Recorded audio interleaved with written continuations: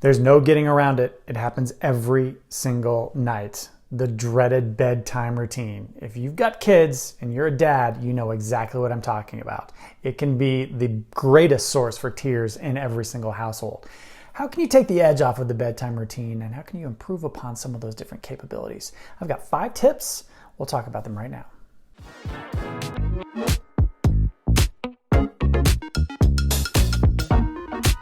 Hey, welcome to Hyper Academy. My name is Ryan Fields-Spack. Thank you for joining me today. This channel is all about how you as a dad and me as a dad can do better and be better for our kids and for our wife. Today we're talking bedtime routine, and the bedtime routine can be an absolute challenge. It can be absolutely crazy. So what are 5 tips that you can do to help out your wife in that bedtime routine endeavor so that we can be better dads and help out during that time as well?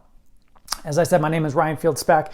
My wife and I have 3 children, a 7, a 5, and a 2.5-year-old girl. We are crazy all day long in the household. My wife actually works in the evening sometimes, so I'm doing bedtime on my own a lot. So I've had the opportunity to develop some tips and some tricks to be able to improve upon how that bedtime routine goes, and I'd love to chat with you about them right now.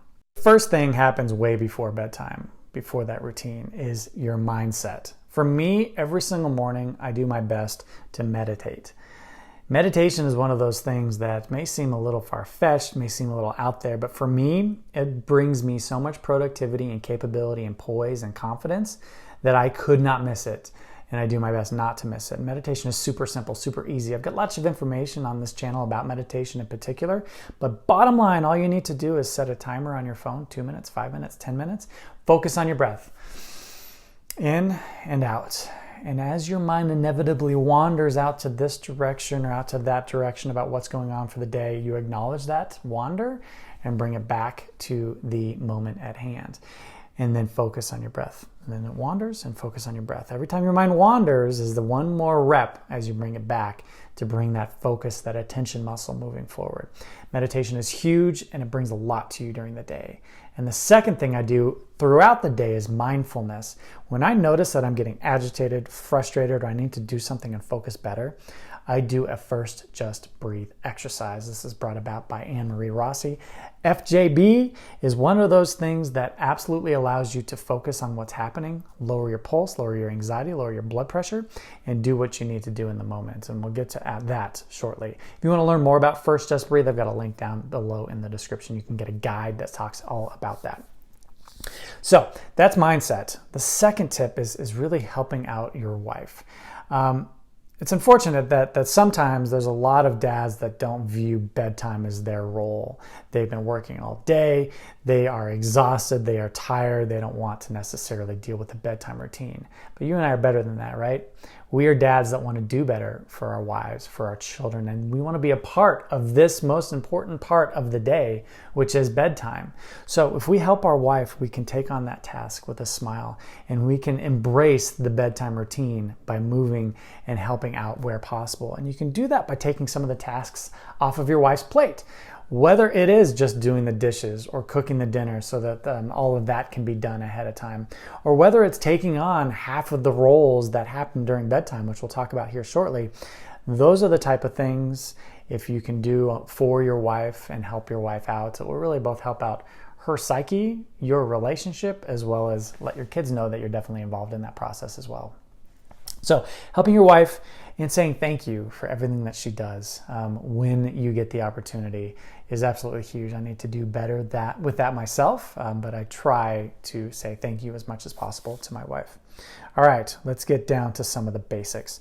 As the bedtime routine starts, this is your third tip, get a lot of the basics done early. Right? So if your bedtime routine starts and can take a while, let's get them upstairs. Let's get them in their pajamas. Let's get their teeth brushed early on in the process. So that's one less thing for kids to have to fight over.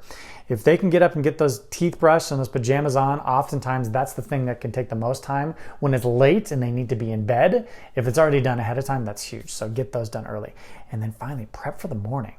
We have found that this is incredibly helpful. If we can have them we'll pull out their clothes for them in the morning. We'll set them on their chairs for our two boys that are old enough to do this.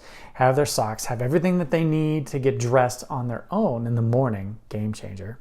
And get their toothbrushes with toothpaste on them ready to go. They can brush their teeth, they can put their clothes on in the morning. That way you don't have to deal with any of that. Huge to be able to pre-prep for the morning from that perspective as well. And then finally, the most fun part, at least for me as the dad, are the final steps. This is really the logistics of how things go.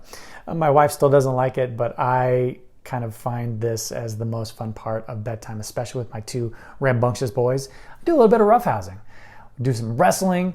I do some throwing them up and throwing them on the bed. All of the kind of stuff that allows me to get some of those snuggles in with them, to be able to get some of that bonding with my two boys and get a little bit of that last minute energy out. Do the roughhousing early on in that last part of the bedtime routine so that they can start to calm down from there. Reading, if you can sit down with them, read some books. I know for me personally, there are nights when I'm like, I just want to go and sit and drink a beer. But if you can sit for 10, 15, 20 minutes and read a book with those kiddos, have them snuggle up with you, it's absolutely a great bonding time, and it does help them to calm down a little bit more. And then hugs and kisses. I mean, I don't know about you. My father was not very affectionate from that perspective.